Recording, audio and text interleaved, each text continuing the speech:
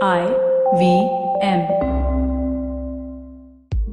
I want to thank Intel for supporting our show. Do you remember last year when we spoke about how the Intel vPro platform is built for business? Well, I'm glad to say we've kicked it up a notch.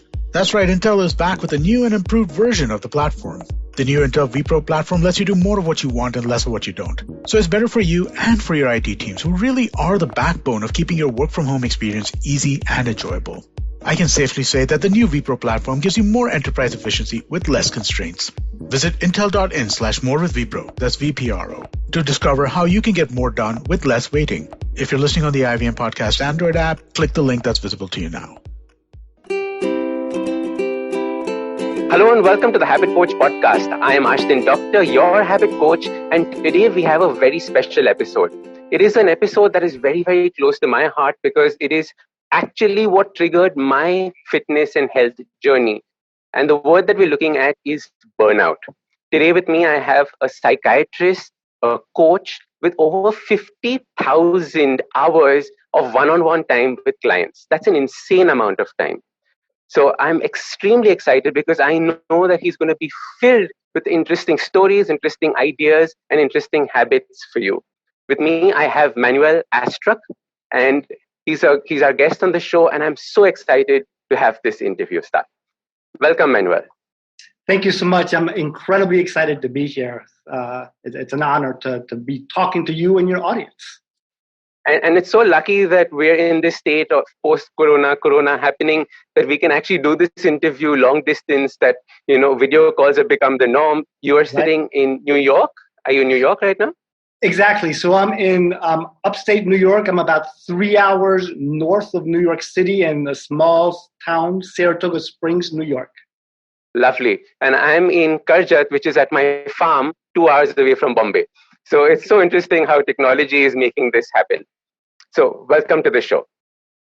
Dr. Astruc, can you take our listeners through a little bit about your journey, how it started, and, how did you get down this path towards focusing on burnout and from where it started? So when I first start talking, the first thing that I do is I take off my psychiatry hat and I put on my coaching hat, because It's interesting. In psychiatry, we have a set of standards, and we're not supposed to self-disclose very much, which is one of the reasons that I got into coaching, because it allows me to get a lot more personal. The psychiatrist is often pictured as holier than thou, and they don't get sick and they don't have problems, right? And we're not supposed to talk, rightly so, about our problems with our patients. But when I talk about burnout to entrepreneurs and other people, I think it's really important that they know that even someone like me with 50,000 hours of help other people, that I've had my own struggles with burnout. So it was September 2008 when I had a moment of good fortune. My twin sister, Magdalena, had passed away the month before. She'd had a brain tumor that she'd fought for 3 years. And she battled it incredibly bravely. And she just maintained good humor and good grace. When she was first diagnosed, I remember talking to my other siblings, and we said that out of any one of us, she was going to be the one that would have the hardest time coping with this diagnosis, because Magdalena was an accountant and she liked to have everything lined up. Everything had to be just so. And this was a curveball that was going to really change her life.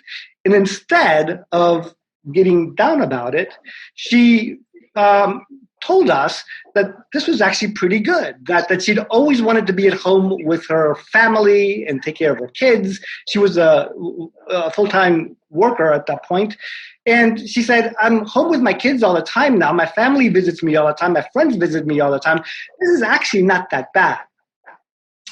And after she passed away the next month, I was sitting in a dark room and her picture was across from me. And in that picture, you can't even tell that she's wearing a wig. She was going through chemo, but she's smiling and happy and radiant. And at the same time that I'm looking at this picture of her and what she's going through, I was intensely burnt out. I was emotionally exhausted. I did not feel effective at my job. And I had become very, very cynical, which are all the classic symptoms of burnout. And in that moment of time, looking at her picture and thinking, here I am healthy and alive, and my family is all around me, and I'm miserable, that I drew a line in the sand and said that, I don't know what it's going to take, but from here on out, I'm going to figure out how I'm going to enjoy the ride no matter what. And that's what started a moment of transformation that has continued over the last 12 years. It's been a great ride, and I've learned so much. And in the last 2 or 3 years, my passion has been to coach entrepreneurs and other people who are suffering from burnout. And because I think that entrepreneurs are just a remarkable set of humans.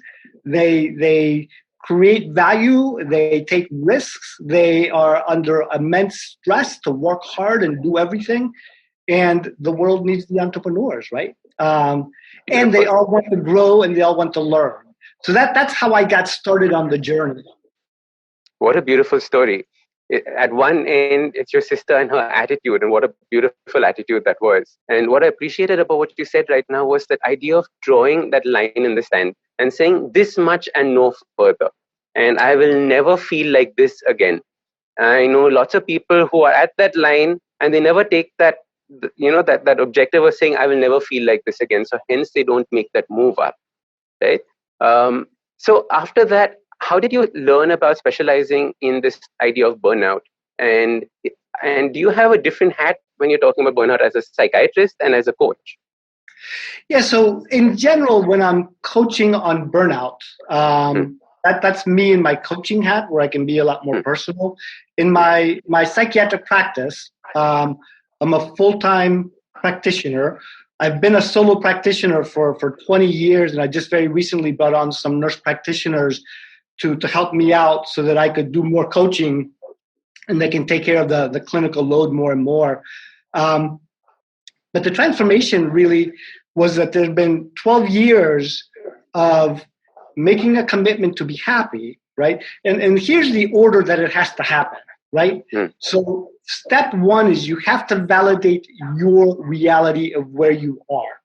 So for instance, right now, there are people at home who are suffering from burnout and negative self-talk because they've been locked down and they haven't optimized their time, right? So they haven't done everything on their to-do list that they could have done, and they're feeling terrible about that. And it's, the self-talk that we have when we're high performers, we're very hard on ourselves, right? So step one is just a gentle validation of this is where I'm at, right? So I've been in lockdown. I had all these plans. I haven't hit those plans. It's okay, right? So we validate the brutal reality and we try to take the judgment and the negative self-talk out of it. It's just data, right? It's data like if your gas gauge on your car says that it's going towards empty, you don't freak out. It's just like, oh, it's going on empty. So first we validate, and then we can work on hope, we can work on change, we can work on different mindsets, but that's the order that we have to do things in. Frequently, people bypass that first step of acknowledging the reality of how things are, and they're moving straight into being positive and optimistic and things like that. And it doesn't work that well, right? So it's the story from Jim Collins, Good to Great. He talks about Stockdale, who was the highest ranking officer who was put into a prisoner of war camp in Vietnam. And he was in prison for 7 years, and he was in charge of all the men. And when he came out, he was a hero, and he actually ran as vice president with Ross Perot. But he was asked, what did you do to help your men cope with being in a prisoner of war camp? And what he said was something to the effect of there were two kinds of people. There were the people who would try to be very optimistic. We're going to be rescued next month or by Christmas or by, the following day. But they tried to be very optimistic. And he said they had a terrible time. They would get so exhausted of trying to be hopeful and having their hopes dashed. And then there were people who were more pessimistic. So this is where the idea, he says, first you have to acknowledge the brutal reality that you're in a prisoner of war camp. Nothing good about that, right? There is nothing good about being in a prisoner of war camp. Once we acknowledge that this is going to be hard and this is brutal and this is terrible, now we can work on surviving and thriving, and let's wait till we get rescued and what are we going to do? But you have to put things in that order. So for me, what I started to do is first, and subsequently I've looked back and I just happened to fall into like the right set of steps that were helpful. First, I changed my diet and I started exercising. And I just changed one meal. I changed my breakfast. I said, let me have a healthier breakfast. And then I did literally 2 minutes of exercise, but I did it every single day. Superb. And from that habit, it went from, one good meal, 2 good meals, 3 good meals, and 2 minutes a day to 5 minutes a day to 15 minutes a day to a very regular exercise pattern. So that was crucial that increased my energy and to give me some control in the situation where I was feeling very out of control and started to get good results immediately. I also was very isolated. I was working, and I still work a lot of hours. I'll start seeing patients at 7 a.m, and I'm often seeing patients till 7 p.m. with no breaks. And then there's an hour or two of sending in prescriptions and making phone calls to return calls. So busy, long days, and there's not a lot of time to get together with entrepreneurs or other people. But I made it a habit to have a virtual group of mentors on podcasts like this. They saved my life. Like literally, they were people who were doing things that were inspiring and affirming. And it gave me hope that if I continued on a path of learning and growing, that there was hope for me to make things different. So it gave me a future that was much bigger than what I had. So the physicality and the nutrition to get my body right, and then the mindsets with the podcast and the virtual mentors. And the last piece that I did is I turned off all the news. So brilliant. I sort of took a look at, I couldn't afford negativity in my head if I was going to be enjoying the ride in any avenues of negativity that I had control over. One of my favorite things, I love sports. I love excellence in sports. So I would drive into work and listen to the morning sports talk radio. And what I had found over the years is that instead of talking about excellence and the amazing things that humans do and the human interest stories, instead of talking about that, they were talking about the drama and, who hit who, who did what, the gossip, and I guess that there's a reason for that, right? People like to hear that stuff, but it is a subtle priming of our brains that we can avoid. So in the same way that I avoid junk food, not 100%, but for the most part, right? In the same way, it was very important to put up blinders to external factors of negativity for me. So that helped me with controlling the mindsets a great deal as well. And I tried a lot of different things over the last 12 years. And finally, I was a little reluctant to step into coaching because I was worried about what my colleagues would say. I was worried about what patients would say. I was worried about, coaching doesn't have necessarily credentials and, there's good coaches and bad coaches, but I didn't really want to enter into that arena because of my own fears of what other people would think. And somewhere around 2018 or so, I read Brene Brown, her book, Daring Greatly. It starts off with the Man in the Arena speech from Theodore Roosevelt. And that speech, where you dare greatly, even if you might fail, and get yourself into the arena because of a cause that you believe in, that made me make a switch where I started to draw out from my patients, I started to announce and to publicize that I was going to start a coaching practice that was not medical. It was important to not have my medical license in that piece of my work, in that business. So it's a separate business, it's coaching, but that was what finally happened. So I'd been wanting to do it, and it took me a long time to overcome my own hurdles in my head. What a fantastic journey. Yeah. And there were 5 important things that you mentioned. The first one was making sure that you accept what your reality today is, right? Instead of thinking optimistically, instead of just dreaming about it, accept the reality as the first foundation block. The second was to create that moments of hope, right? To get that hope in saying that, the future can be better than it is right now. The third step was to make a small change in that direction, right? Many people don't start with the first one. They try the second one, definitely don't do the third one, right? They definitely don't take that first step. And I think it's so important to do that. And then you did something very, very important. You said, I need to get rid of the resistance, which was I need to get rid of all the negativity that's surrounding me in terms of the news so that I can focus in the direction that I'm going through. And then finally, the last part was almost a purpose-driven approach, saying that this is what I feel my greatest service could be, and you moved in that direction. Did I summarize that well? Is that the...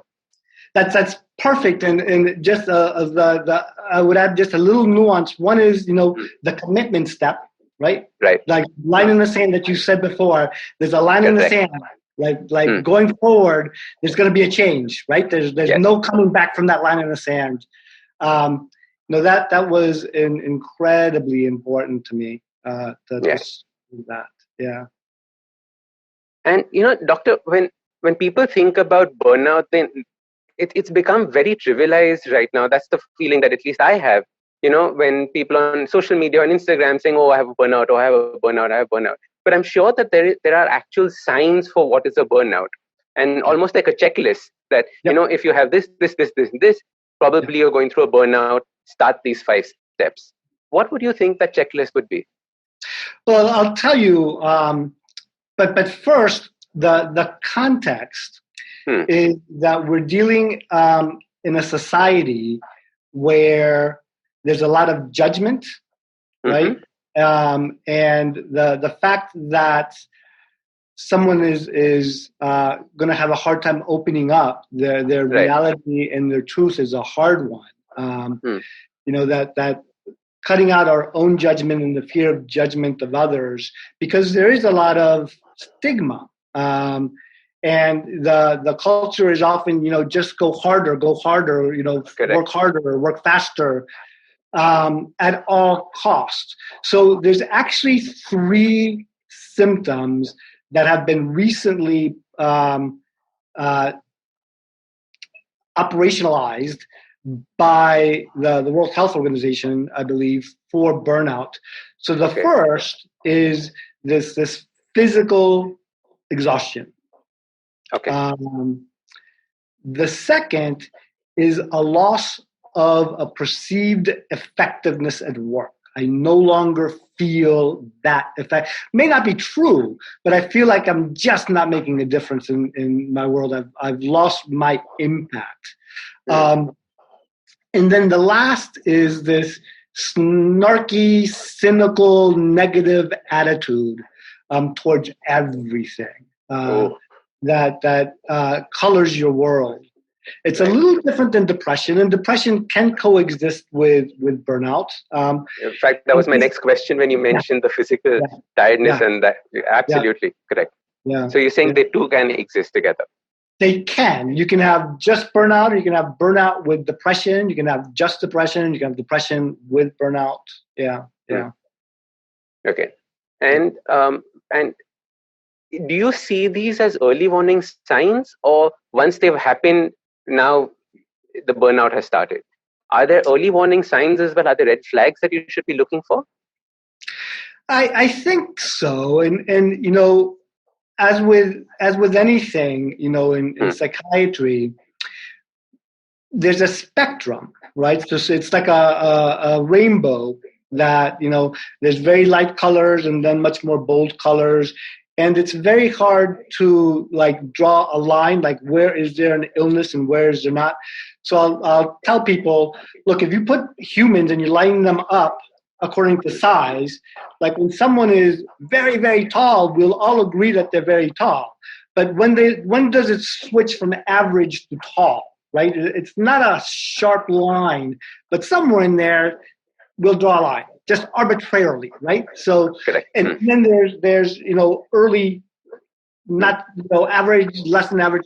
So early signs of burnout are going to be milder forms of that mental exhaustion, that sense that I'm not being effective, something's wrong, my attitude is going down, I'm not responding to people.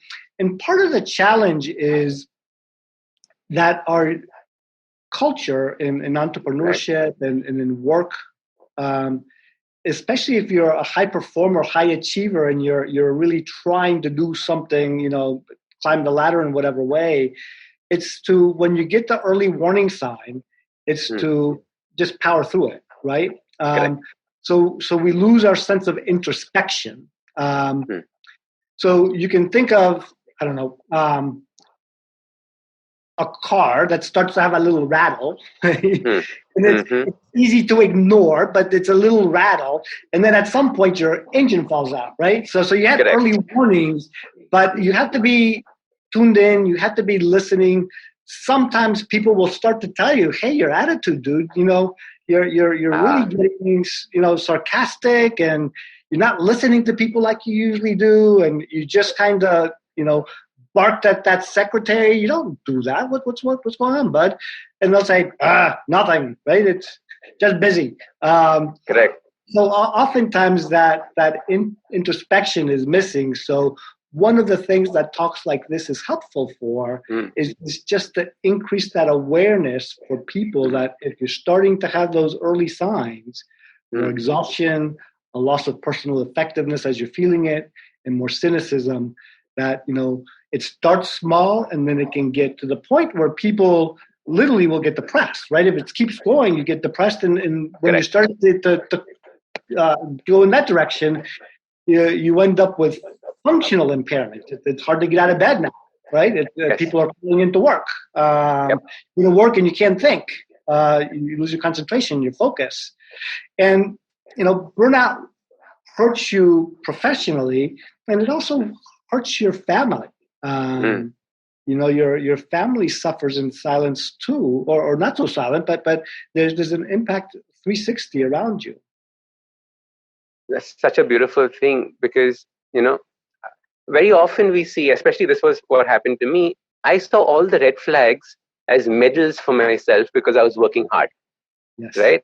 I saw them as badges of honor, saying that, of course, I am tired. You know how much I work? Of course, I'm going to be grumpy. You don't know how much I work?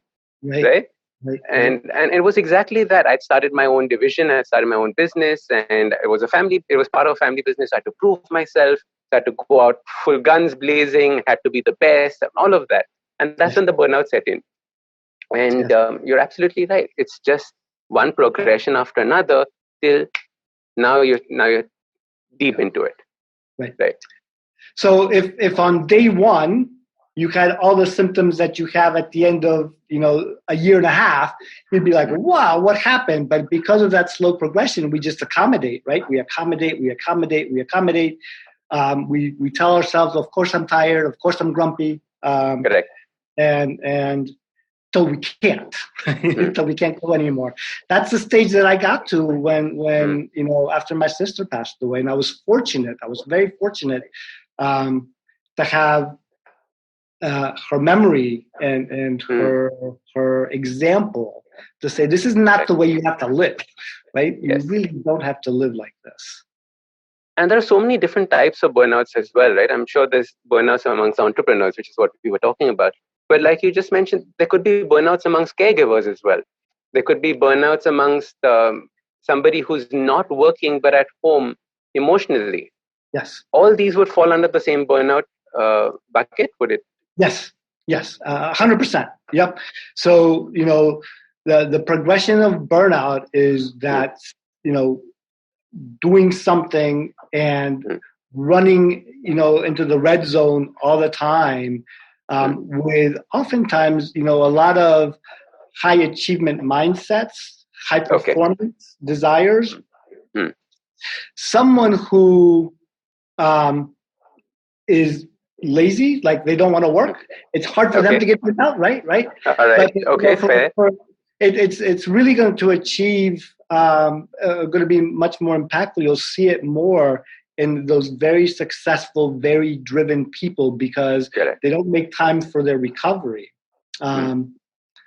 I heard one of my buddies one time tell me, who's a coach for athletes and entrepreneurs, but he said that coaches for high-performance athletes, like 3/4 of their job is to slow the athlete down so they don't hurt themselves, right? Because the athlete just wants to go so hard all the time, that it's like, no, you can't go hard all the time. You have to like give your body time to recover and recuperate. You have to have a progression. You have to be, much more intentional and thoughtful.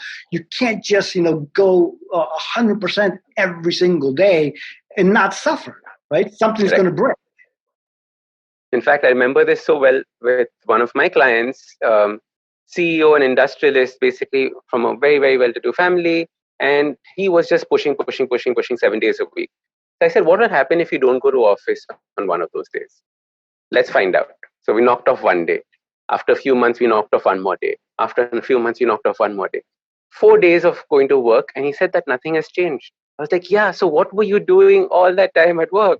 And it was just reining him in because you realize where he was headed and what he's going to destroy along the way. Family, friends, everything along that. Right? So just reining people in sometimes makes such a big difference. I completely agree with you on this. That's a great story. And you have two things. You have the trusting relationship with the coach, right? So there's got to be some trust if you say stop working one day, because the natural inclination is like, are you crazy? I can't stop working one day. Everything's going to fall apart, right? So there's got to be trust, and you have to have a client who's very coachable, right? Yes.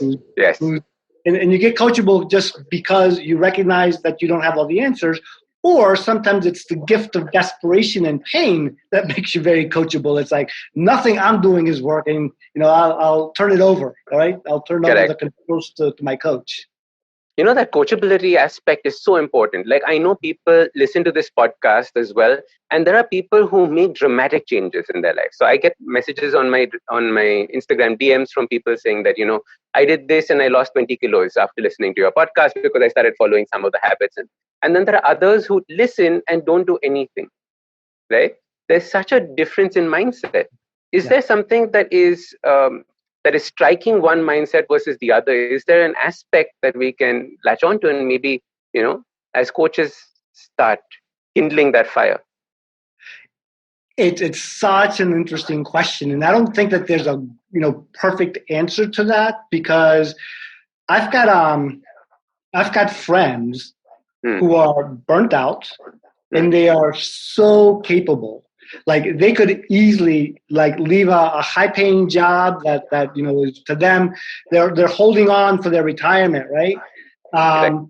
But they could do something else, make at least as much money, and be like their skill set is such that they would absolutely crush it as a coach or as something else that would be much more aligned with their values and their visions. But they hang on to this idea that I can't let go of this. Nice. And there's other people who they just do whatever, right? There's nothing holding them back. They get an idea and they go and they execute on it no matter what, and sometimes it works, sometimes it doesn't, but they're constantly shifting and changing. And it's hard to know what the reasons for that is. There's a story that I heard once. I can't remember where I heard it. It might come to me, but the story is, it's one of my couple of stories. There's a bear that goes walking into the woods.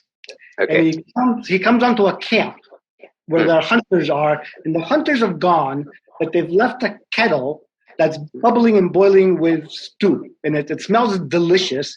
And the bear does what a bear does. It grabs the kettle and it starts to squeeze it. And the kettle does what the kettle that's hot does. It starts to burn the bear. So the bear only has one response that it knows. It squeezes tighter and tighter and tighter, right? Correct. And the hunters finally, and it's getting burnt, it's getting fried. The hunters finally come into the camp and they feel sorry for the bear. And they're like, Mr. Bear, let go of that kettle. What are you doing? And the bear's like, I can't let go. If I let go, it's going to jump on my back. It's going to bite me. There's all these imaginary fears based on what the bear knows. And finally, at some point, the bear lets go and walks away without the kettle doing anything else. But so much of what's going on that's keeping the bear just squeezing the kettle is that's all it knows. And the idea of letting go is actually going to be freedom, like what your clients, like letting go of one day is freedom. But for many people, that you say, let go of one day, and they're like, I need another day. I need 8 days a week. Not 6 days a week. Give me one of yours. Yeah, give me one of yours. They really have a hard time with that switch to some other belief system that's not theirs. So I don't know that gives us a good answer, except that we have to be working on questioning our own beliefs and having our clients question their beliefs. What are you missing in what you know and don't know? What are the assumptions? And it's hard, right? So change is hard. There's no way around that. Change is really hard. Especially when it threatens your identity. I am known to be this hardworking dude, and now you're suddenly telling me not to work hard. Yeah. Identity change, right? So beautiful. All right. Doctor, before closing, I think it's important for us to, leave the listeners with what are at least 3 or 4 habits that they can make so that they do not reach the stage of burnout, right? So we spoke about what to do if you hit the burnout part, draw lines in the sand, etc. Yeah. What can we do to make sure that we don't get to that stage? There's evidence that if you're including into your days things that bring you happiness and joy, so 10%, 20% of your work life, you're strictly doing things that are enjoyable to you and are fulfilling, that can be very protective. One of the ideas that I've incorporated into my coaching is the idea of happiness, which is incredibly hard to define. So Tony Robbins says happiness is making progress towards your goals. Okay. There's a researcher from Harvard who says that, his name is Sean Aker. He says happiness is the feeling of joy that you get as you strive to fulfill your potential. Interesting. For me, there's 2 pieces to the happiness. Number one is an idea that we're never finished products, right? There's always room for introspection, learning, and growing. And then the second piece is to become a trailblazer, to really understand what your next act is, right? Who are you becoming? What's that next level of growth internally for you? What are you aspiring to? And that is incredibly important. And then if we redefine success, Kathy Kolbe, who has the Kathy Kolbe Index, it's a online test, but she has a great definition of success that I plug every time I hear it or have a chance to. But she says, success is the freedom to be yourself, right? Oh, nice. And that means that you let go of what everybody else is thinking. That piece that you talk about with the identity is so much defined by what other people think, that when we take control and say, success is really the freedom to be me, that turns that around. And then the last thing that for me has been really important is to think about a position of leadership. We can lead whether we're the leaders or we're not the leaders, but the definition of leadership that I've come to develop is the idea of the leader is someone who helps more people to help more people, right? So if I'm helping people around me to grow, to change, to be more effective, doesn't matter where I am on the organizational chart, but that makes me a leader. And I think if we plug those three aspects into our memories and things that we think about on a regular basis, that can be protective. It can really help someone to be more intentional as they're going through their career. Superb. So the first part, which was about understanding happiness as an idea, and I've noticed that a lot of people are missing that element in their life. Right, their lives are getting too serious. Right, or they're taking themselves too seriously. So having those moments of happiness and joy, and I would love to have a discussion with you on happiness and joy maybe in the future, because I have lots of ideas on that. Anytime. That was my first commitment, right? My first commitment is I'm going to enjoy the ride no matter what. And that's what I've been working on for 12 years. Absolutely. I love this. So my interpretation of this when I had my burnout and I started making the change was if I die tomorrow and I went to heaven and God said, so did you like this beautiful gift that I gave you called life? I can't go back and say it was it was okay, it was so, like what was that about? And I have to go back and say it was mind-blowing, it was awesome. And that's where for me it started. As that you have to enjoy this. And if you're not enjoying this, what is the point of it all? What are you doing, right? What are you doing? Yeah. Right? What is the point? And the second point that you said, which is so important, which was have a goal and a direction, because that crystallizes the way that you look at the future. A large part of hopelessness is not being able to see a future better than right now. And if you can actually start having a goal that you're moving towards, that direction makes so much sense. So that goal as a second layer is so critical in this aspect of it. And while we're discussing it, people are saying, yeah, what can I do? Is there something that you tell your coaching clients saying that every day do this one thing? Every day do this one thing for sure. Come what may, do this one thing. And there's a lot of things that we incorporate, but the big ones I would say is movement, move more, eat better, and have a gratitude practice. Have a gratitude practice. 3 absolutely beautiful habits: move more, eat better, and a gratitude practice. Lovely. Dr. Astruc, is there anything else you want to say before we start closing the interview? Anything that you want to discuss that we didn't? Sure. So this is a good place to start. If you ever want to discuss more deeply any of these concepts, Your Next Act is my coaching group, and I used to do like live workshops, and I'm just taking my workshops virtual right now, and I do one-on-one coaching with high-level people who have messes in their life that they need some help kind of getting through the weeds and getting to the next act. And then the group coaching is something that I do. You can find more information on that at Manuel, Manuel, Astruc, ASTRUC.com.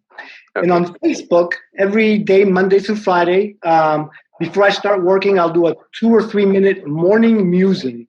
And you can find that at Manuel Astruc Coaching on Facebook. I love that. Yeah. Morning musing. Superb. I'm going to definitely check it out. What is the best place for people to get in touch with you? Facebook is the best place, or is there any?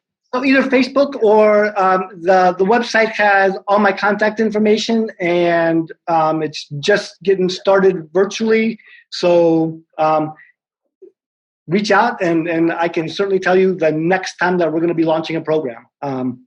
First launch, we just completed the first launch, but if there's people who are interested in joining the program, reach out, because we're not starting till the end of the month. So July 29th, I think. So lovely. All my contact information is on the website. And it's how long is the program for? Is there a certain duration? So it's 90 days. Okay. We have some video lessons, and every other week group coaching sessions. And the whole idea is, your next act is, what do you want in the long run? Who are you becoming? And then your next act is, what are your next action steps? And then your next act coaching is the engine that gets you from where you are to where you want to go. And the natural byproducts of an engine, an engine has natural byproducts of your next act is more happiness and more success. Beautiful. I love the name, Your Next Act. Superb. Thank you so much, Dr. Astruc, for joining us today and being part of the podcast. Well, my pleasure. I thoroughly enjoyed the conversation. Thank you so much. Same here. Thank you. Thank you. I hope you enjoyed that show. I'd like to thank our sponsors this week, Paytm Money and Intel. We appreciate their support.